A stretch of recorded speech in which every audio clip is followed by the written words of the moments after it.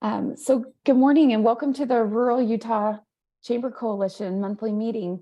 My name is Colette Cox and I am the vice chair of this committee. And today we're going to excuse Tricia Harris and also Abby Ivory, who are also on our board.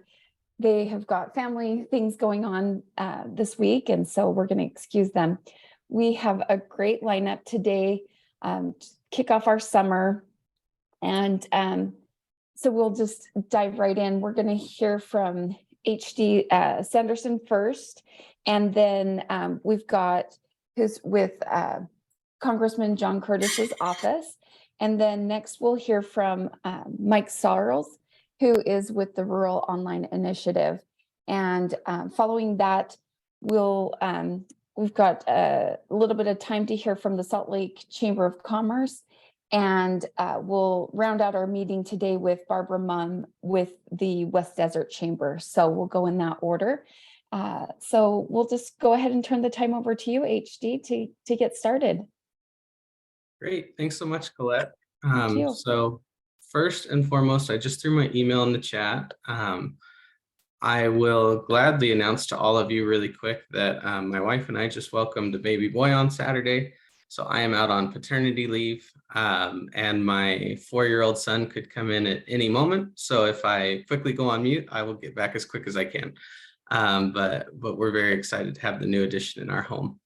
And yeah, like I said, if I have to jump off after my report or during my report, I'll get back on as quickly as I can. And if there's any follow-up, if I leave you on a cliffhanger, feel free to reach out with an email. So well, that being said, I'll jump right into it. Just want to thank you all so much for letting me have a chance to address you this morning. I've been with Congressman Curtis for 3.5 years now. I handle health care and military and veterans affairs for the congressman throughout the district. And then I also focus on our outreach efforts in the Uinta Basin and also Summit County. So love to get out to the basin, such great people out there, just like the rest of our rural Utah community. And being part of the congressman's office just makes it such a great opportunity to do that. I will jump right to the big stuff. And that would be the last time we all talked, we were worrying and wringing our hands about the debt ceiling bill.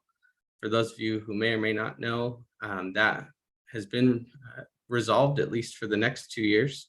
And I just wanted to hit a couple points from that new bill that was passed after the negotiations between the House, the Senate, and the White House. So if you want to look up the full text, which that would be quite the read, the bill is the Fiscal Responsibility Act of 2023. So feel free to search that and you can find the legislation. You can also find really good summaries online. And of course, I'm happy to answer any questions you may have. So very quickly, I'll go through it. And that first and foremost, this bill suspends the debt limit until January 1st, 2025. So they did essentially put it off for a few more years so they can have some time to see how these new measures that I'm going to talk about really do affect the government spending and if it's something they want to pursue in the future. It caps non-defense spending at $704 billion for fiscal year 2024. VA health benefits are excluded from that cap.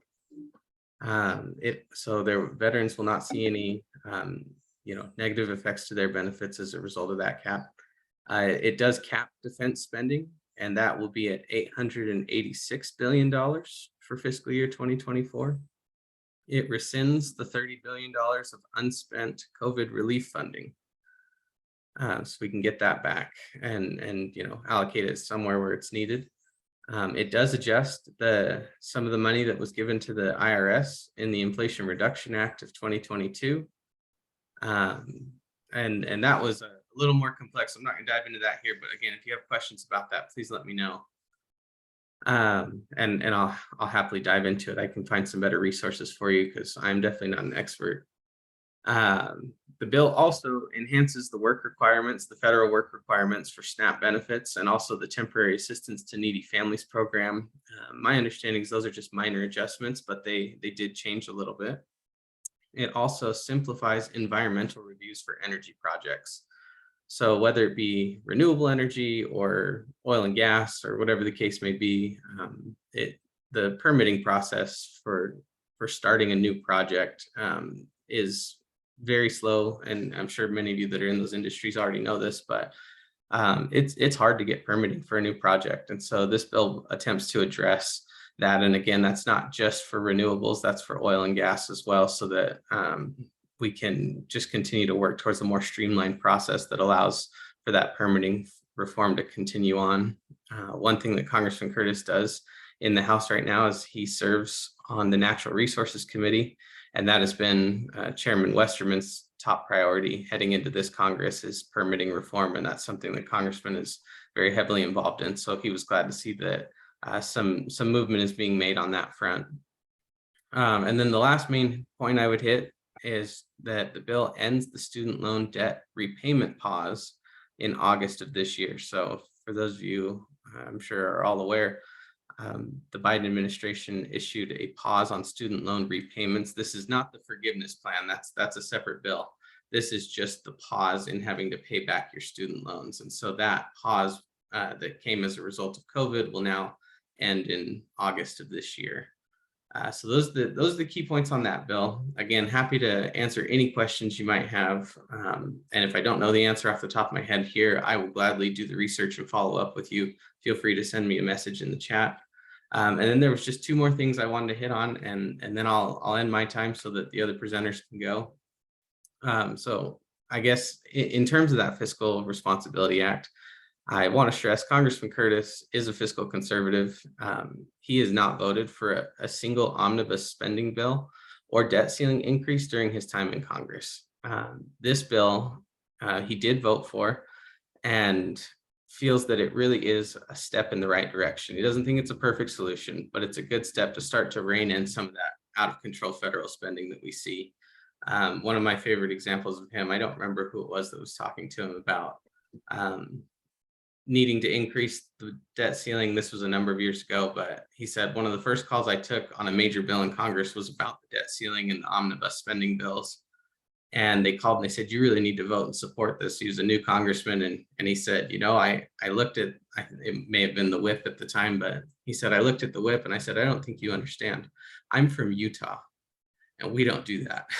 And so he's adamant about responsible federal spending and has really been, I guess, just aware of the issues that we're seeing and the problems that those spending policies have created for the U.S. in the short and long run. Lastly, I think this would be a key point to hit with you all. Congressman Curtis introduced a bill last week. He's one of the original sponsors of the bill, directing the Bureau of Land Management to withdraw its conservation and landscape health rule that would lock up BLM lands under conservancy groups who can apply for those public land permits. And in his words, allowing the rule to stand would undermine the livelihoods of Utah's farmers, ranchers, recreation businesses, and more. Congressman Curtis is going to fight to defend those interests while also continuing to promote policies that responsibly manage public lands, and feels that this rule by BLM is not the way to do that, because it really does close off the use of those lands to the public, and that goes against FLPMA and other things. So again, won't dive into the weeds with that one, but I thought it was a key point to hit with this group. And I guess I will leave it at that. We were uninterrupted by a 4-year-old or a screaming newborn, so it's a good day. And happy to take any questions if we have time, and if we don't, that's okay. Colette, you can kick me off and I will answer questions virtually as needed. Thank you so much. Very timely information on all of those topics. And we do have time for a couple questions if anyone in the audience has a question.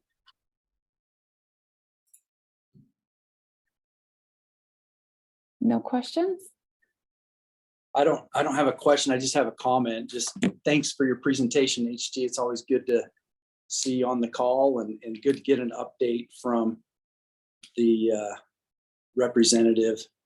We appreciate all that you do, HD, and what Congressman Curtis does in our area. We really appreciate his conservative values. So thanks. Thanks, Joel. Appreciate that. I think these updates that we do at the beginning of each meeting are some of the most valuable information that we can offer through the Rural Utah Chamber Coalition, simply because a lot of times there's a disconnect between our representatives, our elected officials, and the business community or just the community at large. We're often left to just watch television, whichever news source that you choose to get your news from. And it's really great to have you here so we can ask you direct questions and get answers. And if, like you said, if you don't have them today, that you can follow up with each individual and get those answers. So thank you again so much. We sincerely appreciate your time this morning, and congratulations on your new baby. Thank you. Yeah, more than happy to be with you all. I appreciate it. Thanks. All right, we're going to turn the time over to Mike with the Utah State University Rural Online Initiative, actually Remote Online Initiative. They've transitioned. It's I'm putting my my contact information in chat, but we go by both. When we're in rural Utah, we talk about the Rural Online Initiative because that's our rural facing part of it. When we're in the big city with all you big city folks out there, we talk about the Remote Online Initiative. So we just kind of change it up a little bit. But so first of all, I'm Mike Sarles. I'm a statewide program coordinator with Utah State University Extension. I've been doing this since 2018, which you might recognize was prior to the pandemic. So we were talking about remote work even before all the world changed.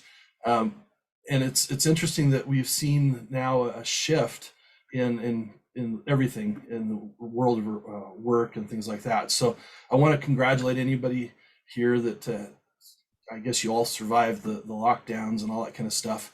But it really has changed the workforce and the way we look at work.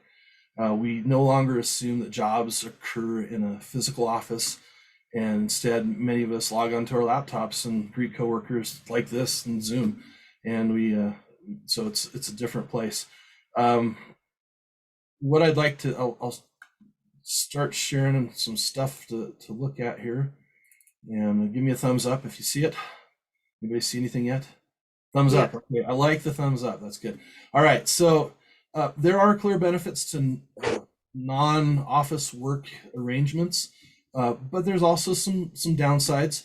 And in some businesses, you may require hands-on or on-site workers, but there still may be some functions or jobs that could be done remotely within the organization.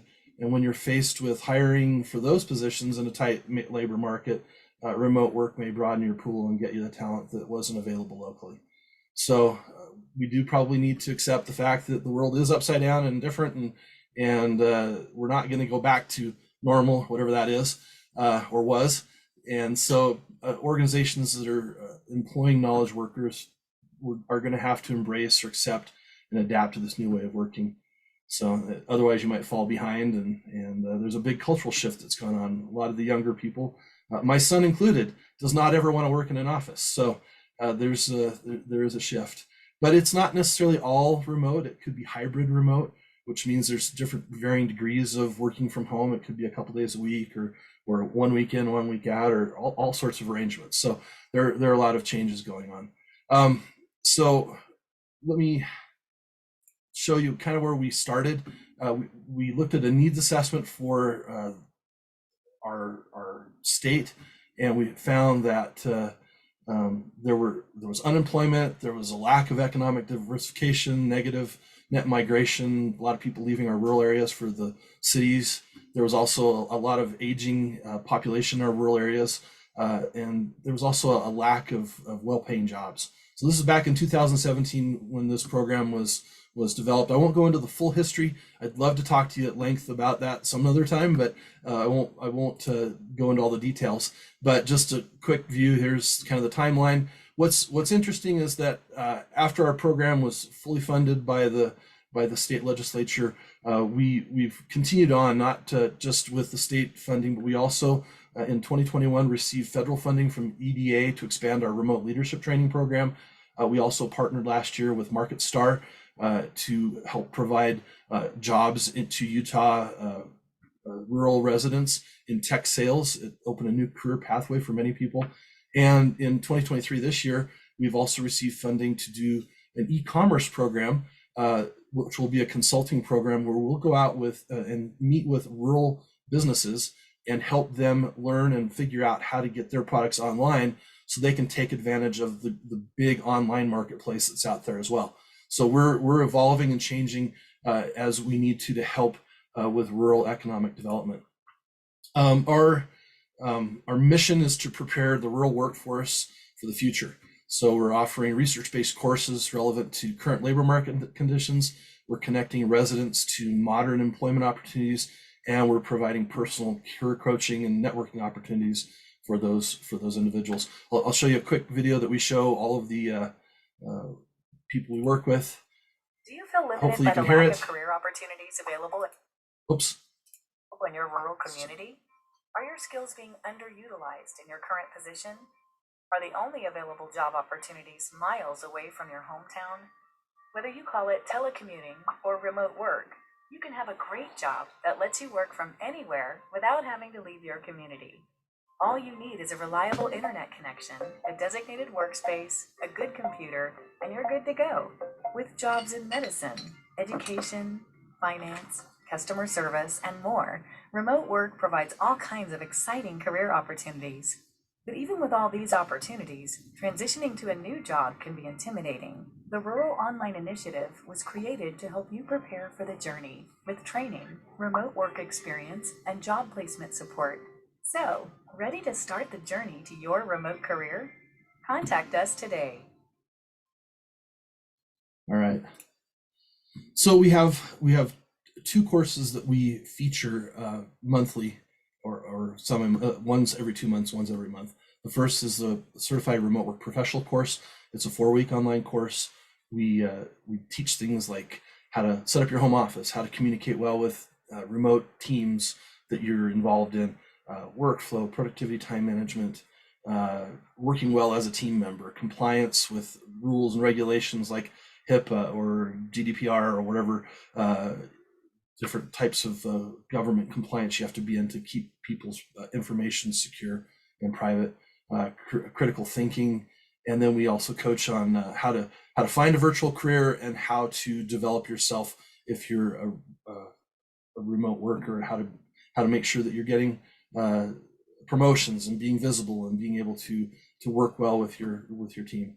The course for rural Utahns is $40. If you're in an urban area, it's not as subsidized. It's $99. We've seen a lot of good impacts from this. We've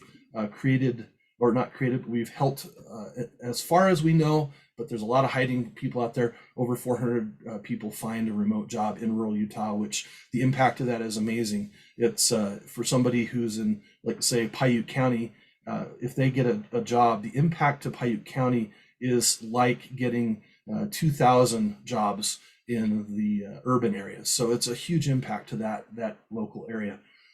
We've seen that people feel very, when they get done with the course, they have very good feelings about where they are and how they can pursue remote work. We have the leader course, which is for businesses. A lot of our students are from urban areas in large businesses, but also a lot of medium, small businesses are starting to learn about this because they're also hiring remote workers and finding that this is a great way to get the training they need. The nice thing about this course, it's $149, but custom fit, the custom fit program does pay 50% of that if you apply for that. So if you're looking to enhance the understanding of managers or other leaders, HR leaders in your organization, this is a great way to do that for remote management. It covers things like vision, culture, remote culture, communication with remote team members, performance management, how to gauge whether people are doing a good job in remote work, conflict management, change management, and learning and development. And that's also a 1-month course. And we have a 1-hour workshop every week for that month that where we can discuss with leaders the things they've learned and also things they're facing in their businesses that we maybe can help them with. Also, impacts are strong, and we find that 92% of the people that took the course feel that they are able to work or come up with a remote work plan for their organization or a remote leadership plan for their team. So it's been a good thing. All right, I'm not going to I'm probably almost out of time, so I'm not going to show you everything. I've got a lot of information, but I do want to hit a couple things. There are a lot of benefits to the individual. Productivity is influenced by stress and interruptions and all sorts of different things. Remote work can help reduce many of those things that are things that remote work or regular workers have a hard time with. Part of it is getting rid of a commute. That's a huge factor, but also having some autonomy and being able to ease some of that time pressures is a big deal. For businesses, it's being able to find talent other places than right in your local community. Also, a lot of businesses are finding that offering some sort of hybrid or remote work will reduce absenteeism and also lower turnover. So it's been a big benefit. And then for society, the remote work is pretty important, as a lot of businesses found it's probably a good idea that everybody should have a remote work plan for emergencies, whether that's weather related or a security threat, and of course a pandemic. So it's a good thing. Let's see, I'm going to skip ahead to a couple of things. I won't take you through all the true false questions because I had some good stuff there, but I won't bore you with that. If anybody here has worked remotely during the pandemic and thought it was awful, there is a bright side to remote work where you aren't locked in your house all the time, and so you can see that the quality of life can actually be a lot better if you're not in a lockdown mode and working remotely. But it does offer challenges, and so we address those with our leadership course. Some of the things that are challenges are social isolation, burnout, employee engagement, job ambiguity, family conflicts. Those can all be problems for remote workers, and leaders need to understand these challenges and anticipate the issues to help employees remain effective. It is not going away. Everything that we've seen shows that remote work is here to stay, and it's going to change and grow and be a factor. So leaders who aren't embracing those things now may be left behind, and their organizations may not have the workers that they are looking for. In fact, right now, nearly 28% of the days are worked from home across the whole country. So that's a big amount of people are still working remotely. It was a high of about 60% during the pandemic, but it's gone down, but it's leveled off, and we think it's going to continue this way. Just another way of looking at that.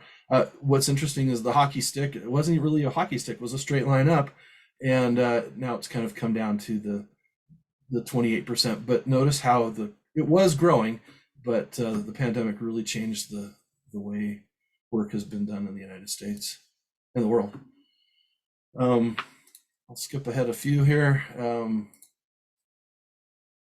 As far as what businesses can have remote work, you can see that, of course, computer mathematical related and business financial is the highest. I think food preparation is probably the lowest, and it's again, it's hard to remotely make food, but there may be some ways that a business could employ people that were remote for that. I won't go into too much more detail. I'll kind of just shut it off there and say we'd love to work with businesses that are interested in learning how to manage remote workers better. We teach a class every other month. Our next class is in July. We also have something coming up in September that you might be interested in. It's our Remote Team Summit. We have many speakers from across the world actually coming in to speak about remote work and hybrid work and ways to maximize that as well. And we would love to have your team leaders or people that you felt were needed to learn those things, maybe HR folks that are working on your business's HR policies. And without further ado, that's what I've got to share. Any questions or?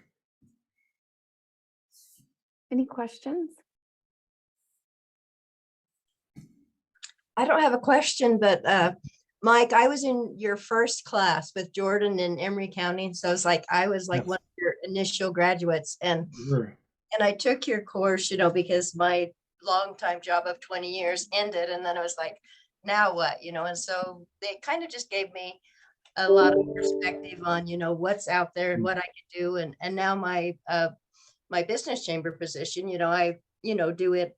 Not, I have an office, but I could do it from home if I chose, but I'm here at the office, doing other other work as well. But so, yeah, it's great, you know, and even just if you have a regular job, it's great to take that because there's so many things in there that can help you. So it's just like, so it was great.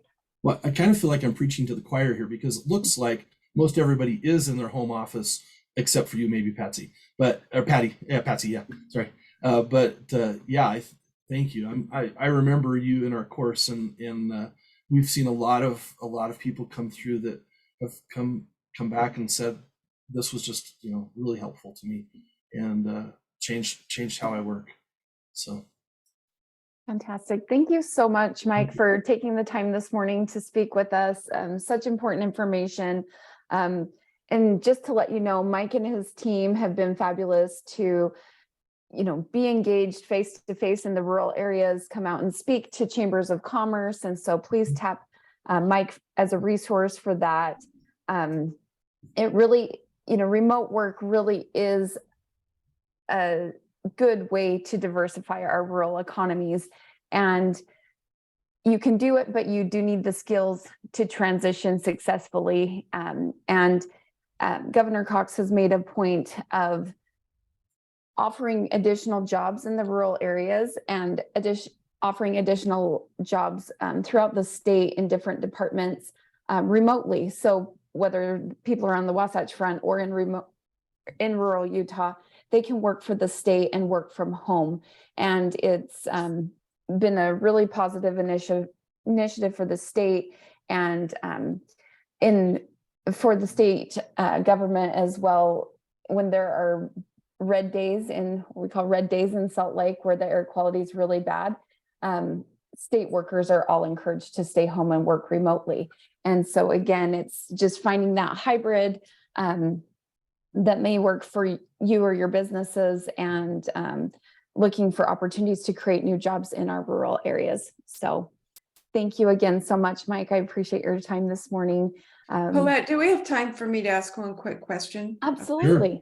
So here in Springdale, we have a staff of 37 people, which is a lot for a small town.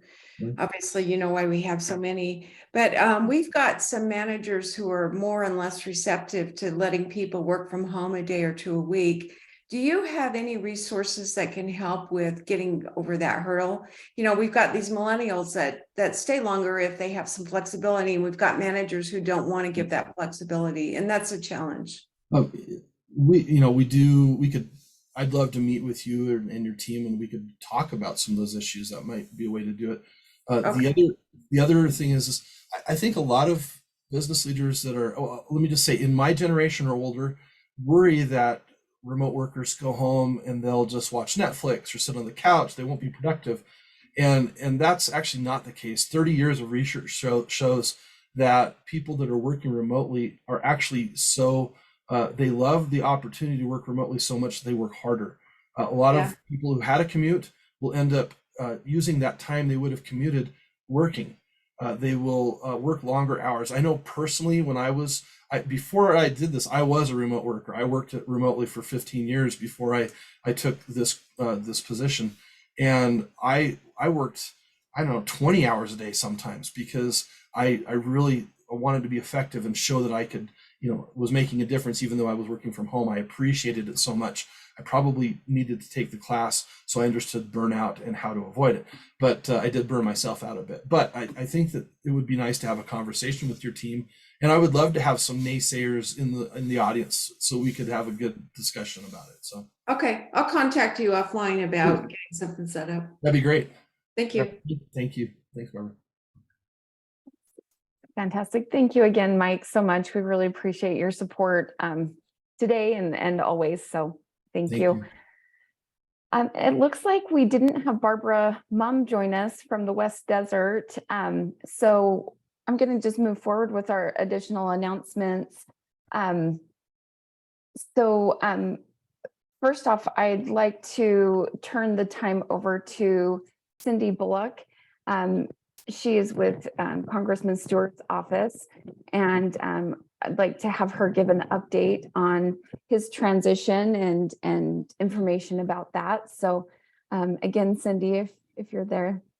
I'm here. Thank you. Thank you. I apologize. I was not planning on speaking, so I just got back from a run and I'm really sweaty and gross, so I refuse to turn on my video. But as most of you, I'm sure know, Congressman Stewart has tendered his resignation letter.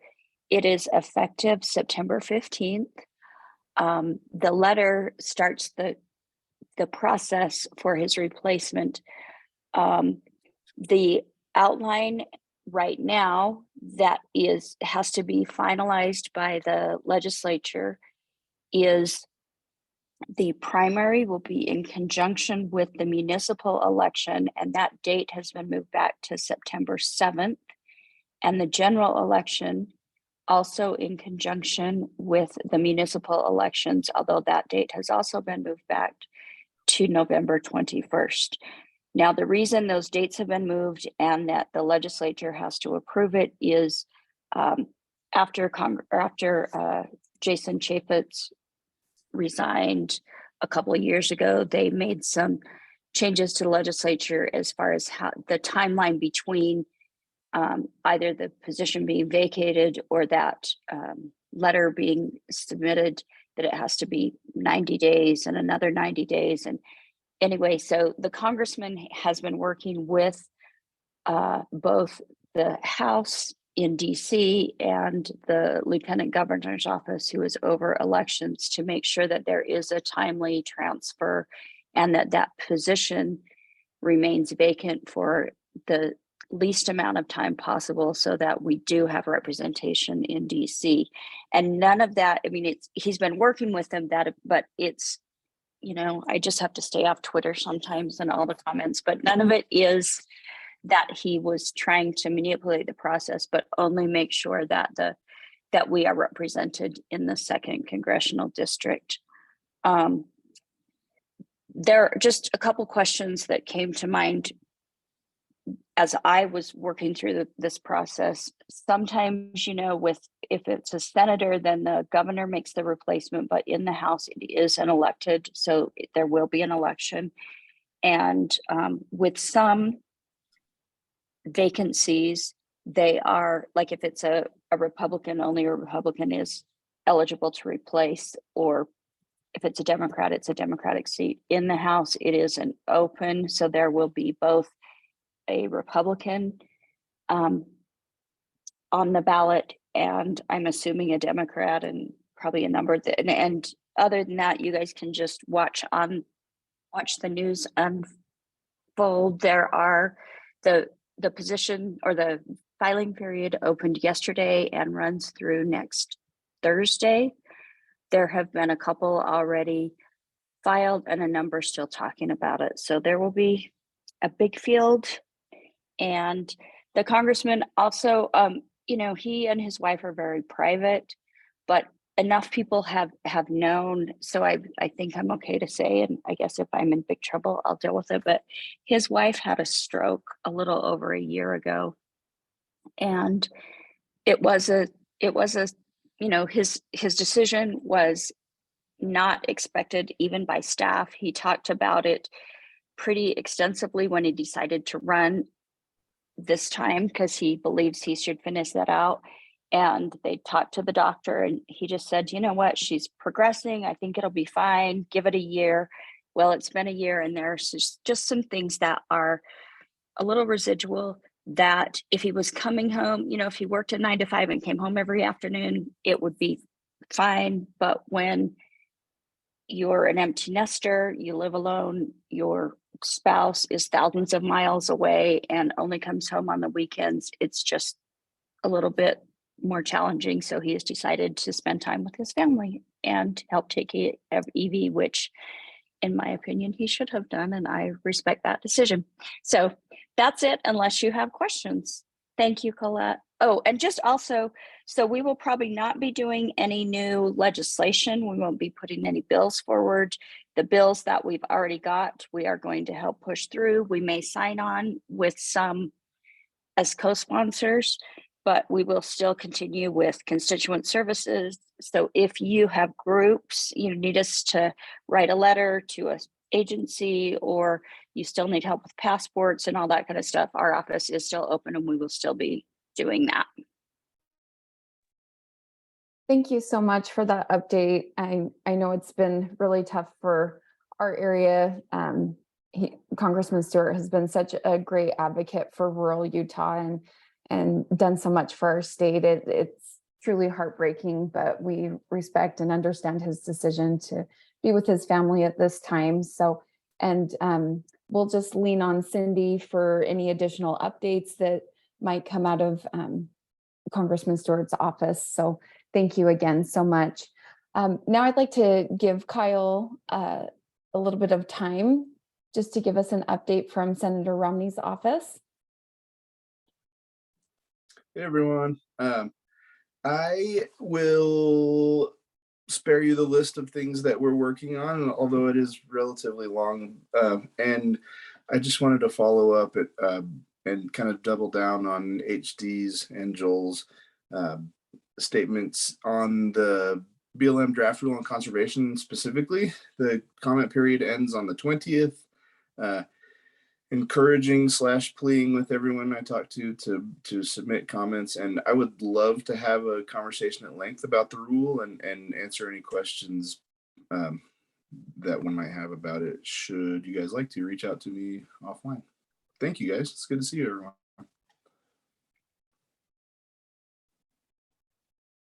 You're muted, Colette. Thank you so much, Kyle. We appreciate that update and bit of information. And if I can get with you offline, I will get information about how people can send in their comments. You know, this really does affect rural Utah, and we definitely need to have our voices heard, and we won't have a say if we don't take the time to write into the BLM during that comment period. So thank you for giving us that reminder. Colette, can I yes. just make a comment? Here in Absolutely. Kanab, the chamber on next Thursday is hosting a representative from the Utah Public Lands Policy Coordinating Office, along with our county commissioners, and we're going to have a Q&A, kind of an information session on this topic, and we're going to invite the business community and the general public, and hopefully people can even like make their comments right from that meeting. I know Celeste wants to kind of guide them through how to make a public comment, and so hopefully we'll have a few people show up for that, and that's what we're going to do here in Kanab. It's fantastic. What day was that? It's Thursday, the 15th. It'll be at 6:30. Awesome. Thank you. Mm-hmm. Well, and again, thank you for sharing that, Pat. I mean, these are direct ways that our chambers can be involved with this process and really, again, make a create an opportunity for our residents and for our businesses to have a voice on these matters. So often we hear people complain after the fact, after decisions have been made or services have been cut off, and now is the time to prevent that. So again, thank you so much for that emphasis. Next, I'd like to introduce Lori Haslam and Sherry Stevens. So many of you know that my full-time job is working with the Governor's Office of Economic Opportunity as an outreach manager. I cover Beaver, Iron, Washington, Kane, Garfield, San Juan, and Grand counties. And we have Lori that covers kind of the northeastern area, northeast corner of the state, and then Sherry that covers the northern part. So I'm just going to give some time for Lori and Sherry to introduce themselves. And we'd like to excuse Forrest Turner. He's not with us today. He had another obligation, but he covers the central part of the state for our office. So we'll go with Lori first. Hello, everyone. I'm Lori Haslam. I'm located in Vernal, Utah, and I cover Daggett County, Uinta County, Duchesne County, Wasatch County, Summit County, and Utah County. So, this has been very informative. I'm super excited to make a couple of these connections. We have the Innovation Hub in Vernal, and actually Joel Brown made a great suggestion that we, incorporate you, Mike, and your services into the Innovation Hub. I'd love to introduce you to Sydney, the new Innovation Hub manager. I was formerly the Innovation Hub manager and I'm still very involved, but we really are trying to promote online working in our area. And so I think it'd be great if we got together and maybe correlated some services. And, it's just been really informative. If anyone's ever in any of my areas, I would love to, try to correlate any type of meetings or arrangements, facilities. So please keep me in mind for anything I can be in service of. Great to meet you all. Thank you, Lori. And we'll turn the time over to Sherry. There we go. Hi, everybody. I'm Sherry Stevens, and I cover Northern Utah. So I'm located in Weber County, and then I cover all of the Bear River service area, which is Rich County, Cache, Box Elder, and then I've got Weber, Morgan, Davis, and Tooele. I am coming over from the Department of Workforce Services. I spent 25 years there providing business services and then also managing the Bear River Economic Service Area. So I'm familiar with both of those, and I'm just excited to be at the Governor's Office of Economic Opportunity now and make these connections. So if you have questions or anything that I can help or support with, or projects going on that I can help make connections on, then I'm happy to do that. And I will drop my email address in the chat so that everybody has that. Thanks you so much. Colette. We appreciate Lori and Sherry for jumping right in. Again, I always say we're your unpaid team members. We work for you, but you don't have to pay us. That's your tax money at work. The governor made a promise when he was campaigning to really work to bolster the rural economies and have our department be more accessible. And so these outreach positions were created, and we have coverage in every rural part of the state, which is something that's never been done before. Previously, we had one rural outreach manager that was spread throughout the state, which was, she did a fabulous job, but only could cover so much. So to have these additional team members is just fabulous. And again, hopefully you're seeing the return in your local communities from our office. And another announcement from Governor's Office of Economic Opportunity, we have several grants that are coming out right now that I'm going to ask that you help share out to your chambers and to your communities. We have the Manufacturing Modernization Grant. We also have an air and water grant for air and water innovation. And then we have a tourism grant that's EDA money coming down through our tourism office. And I will send details out to each chamber about these specific grants, but they are opening soon and have deadlines this summer. And so if you can help push that information out to your business community, it's businesses to see what they can take advantage of. Also going to ask for your help with a survey that's come out from the state. Maybe you've heard of it before, but it's the Guiding Our Growth survey. And so again, I will drop that information into an email for everyone. And with the Guiding Our Growth survey, they have good information. They've had some good responses, but we need a lot more representation from rural Utah. So please, please, please send this out on your social media, send it out in your chamber newsletters, and get your communities involved in the survey because it will be guiding activities from the state level, particularly when it comes to growth. And then last but not least, I just wanted to share that we have our partners with the Salt Lake Chamber are looking for volunteers for the Association of Chamber of Commerce Executives meeting. So it's a national conference that will be held in Salt Lake on July 31st through August 3rd. And so I'm going to put some information in the chat right now. And I will also send that out through email. Again, if you can consider volunteering and also consider sending this out to your chamber members if they'd be interested, and particularly your chamber leadership, to see if they may be interested in participating as a volunteer, that would be fantastic. And last but not least, my reminder is that we record each of these meetings.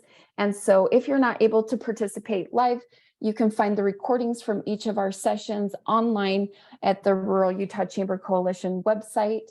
And if you can share this information with your colleagues and friends, if you learned something great from Mike's presentation, or if you appreciated the update from HD and wanted to share out some of that information, feel free to go grab that link and share the recording with your friends and constituents that you work with there in your area. So, and with that being said, we're just done a little bit early. It's short and sweet for some.